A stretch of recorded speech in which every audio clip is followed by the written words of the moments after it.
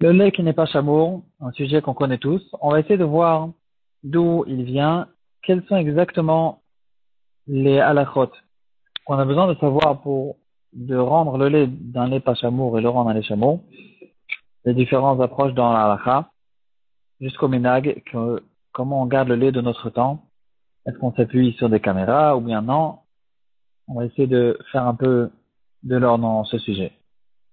Alors, dans notre Gemara, on voit que les Chachamim ont interdit de consommer du lait d'un goy. La raison de cette interdiction, c'est de peur que le goy il a fait un mélange et il a mélangé du lait d'un animal qui n'est pas caché. Et donc les Chachamim nous ont dit que si tu veux consommer du lait d'un goy, alors il faut qu'un juif il soit présent au moment de la traite. Alors, est-ce que les Chachamim ont interdit tout le lait qui porte le nom Chalavakum à cause justement que le goy risque de le mélanger, ou bien non? Le problème, il n'est pas dans le lait, il est dans le risque. Le fait que je crains qu'il y ait eu un mélange qui a été fait, c'est ça le problème. Mais si le lait appartient à un goy, même s'il appartient à un goy, si j'ai aucune crainte que le lait il a été mélangé, il est possible que ça ait été permis. Cette question, c'est une marquette dans les Rishonim et dans les Poskim. Le Khatam Sofer, il pense que les Chachamim ont interdit le lait du goy. C'est comme un peu comme le vin du goy. Le lait du goy, il est interdit en soi. À partir du moment où il porte son nom, le lait du goy, il n'y a pas eu une présence d'un juif. C'est interdit, même si dans toute la ville ou dans tout le pays, il n'y a aucun animal qui n'est pas caché. Le Chazon Ish, il est cholek là-dessus. Il dit que non. À partir du moment où il n'y a pas la crainte des Chachamim, qu'il y a un mélange qui a été fait, si je peux être sûr et certain que ce mélange n'a pas été fait, même s'il n'y a pas de juifs dans toute la région, je peux utiliser ce lait parce qu'il n'y a pas de raison que les Chachamim interdisent ce lait. Donc on retrouve aussi deux approches sur cette halakha de Chalavakum. Et c'est ce qui permettent, alors ils disent que de notre temps, depuis déjà quelques dizaines d'années, si ce n'est pas plus, qu'est-ce qu'il en est avec du lait qui est sous surveillance des autorités? Aujourd'hui, les gouvernements, ils font des surveillances sur tout ce qui se passe, tout ce qui se vend, surtout tout ce qui se vend et il est mangeable. Et on peut être sûr, grâce à cette surveillance, qu'il n'y a pas eu de mélange qui a été fait par le goy. Parce que si le goy il va le faire, il risque de recevoir une grosse amende. Et même dans certains cas, il peut perdre complètement sa parnassa. Est-ce qu'on peut se suffire de ce savoir, du fait qu'on peut être sûr qu'il n'y a pas de mélange qui a été fait, pour pouvoir permettre le lait, ou bien non? Il faut, d'après la Takana des Chachamim, qu'il y ait une présence physique d'un juif qui se trouve là-bas. Donc ça dépend justement de la marloquette qu'on vient de voir. Alors Moshe Feinstein, dans le Shuti-Grot Moshe, il est assez connu. Il dit que dans ce cas-là où on sait qu'il y a une surveillance du gouvernement, alors on peut permettre le lait. Je peux rentrer dans un supermarché d'un goy et acheter du lait du moment que je me trouve dans un pays bien organisé où la loi elle est bien mise en main, elle est bien faite, elle est bien organisée. Alors je peux me permettre, d'après Moshe Feinstein, d'acheter du lait même chez les goyim parce que je peux être sûr et certain qu'il n'y a pas eu un mélange. Le Moshe Feinstein il dit, malgré que c'est ça la halakha, quand même, Baal Nefesh, il va être mahmir ce soir, et lui-même, Moshe Feinstein, bien sûr, il utilisait que du lait qui est du lait chamour, mais il pensait que c'était ça la halakha.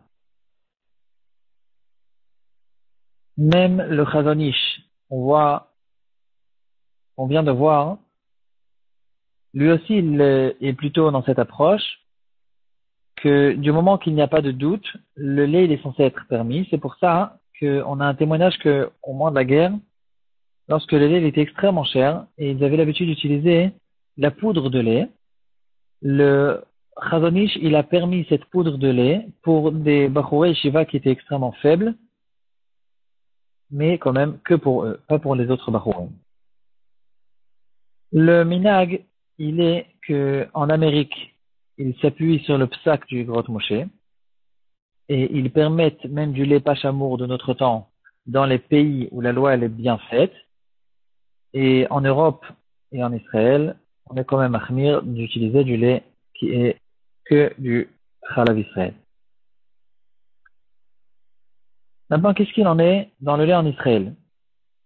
La majorité des vachers en Israël, ils sont juifs. Mais la traite elle-même se fait souvent par des goïms, qui se trouvent en dessous le propriétaire du troupeau. Alors, cette situation nous cause la question suivante. Celui qui fait la traite, le goy, il ne craint pas la surveillance de l'autorité. Parce que si ils vont s'attraper une amende, c'est pas lui qui va s'attraper l'amende, c'est son boss, le juif. Maintenant, le juif, souvent, c'est pas un grand sadique. Et lui-même, il a peur de faire un mélange, pas parce qu'il a peur à cause de la halakha, mais seulement parce qu'il a peur de se recevoir l'amende. Donc, ce qui se passe, c'est que les deux, ils en ont rien à faire qu'il y ait un mélange qui est fait, mais lui, celui qui fait la traite, le goy, il a peur du juif, et le juif, il a peur de l'autorité. Donc, il n'y a aucune vraie responsabilité qui est ici. Est-ce que ça nous suffit ou bien ça ne suffit pas? Il faut vraiment que quelqu'un soit responsable à cause de la halakha, qu'il sache qu'il n'y ait pas vraiment de mélange qui a été fait.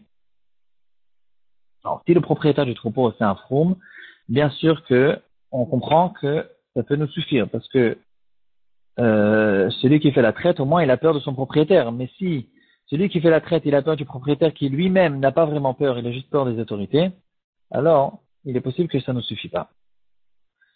Finalement, Rav Elachiv, il a dit que il a en fait trouvé une certaine manière intermédiaire d'analyser cette situation. Et finalement, il dit qu'on n'a pas besoin d'avoir un juif qui se trouve tout le temps, tous les jours, tous les soirs et tous les matins au moment de la traite. Mais d'un autre côté, on ne peut pas s'épargner complètement de faire la surveillance à halachique. Alors il dit comme ça, si c'est comme ça, il faut qu'il y ait juste une possibilité, que le mashgar kashrut qui vient, il arrive de temps en temps, et il ait la possibilité de venir même sans prévenir, il arrive en surprise. Si il y a cette chose-là, et que le propriétaire, donc, il a peur de perdre sa hashgacha, parce que le mashgar, il risque de venir et de trouver qu'il y a des problèmes, ça nous suffit pour considérer ce lait comme du Chalav Israël. En plus de ça, aujourd'hui, le lait qui n'est pas kasher, il coûte beaucoup plus cher, donc on n'a vraiment aucune raison de craindre que le lait, il est problématique. Il n'y a pas de mélange qui est fait parce que il n'y a aucune raison que le propriétaire, il fait un mélange avec du lait qui est encore plus cher. Donc, dans les hechsherim, il y a plusieurs possibilités. C'est plus ou moins ça ce qu'ils font. Certains disent qu'on peut se suffire d'une surveillance une fois par mois, par moyenne. En fait, ils disent comme ça. Si ceux qui font la traite, c'est des juifs, on peut se suffire d'une fois par mois. Si par contre ceux qui font la traite, c'est eux-mêmes des goïms, alors ils disent de venir 5 fois par mois. C'est bien sûr une moyenne. On comprend que c'est plutôt un guéder de l'ashgacha pour ne pas que ce soit complètement en l'air. On sait qu'il y a une surveillance. Eux, ils ont peur que le mashgiach, il arrive. Et il arrive de temps en temps. Et là, ça nous suffit pour considérer ce lait comme étant du Chalav Israël.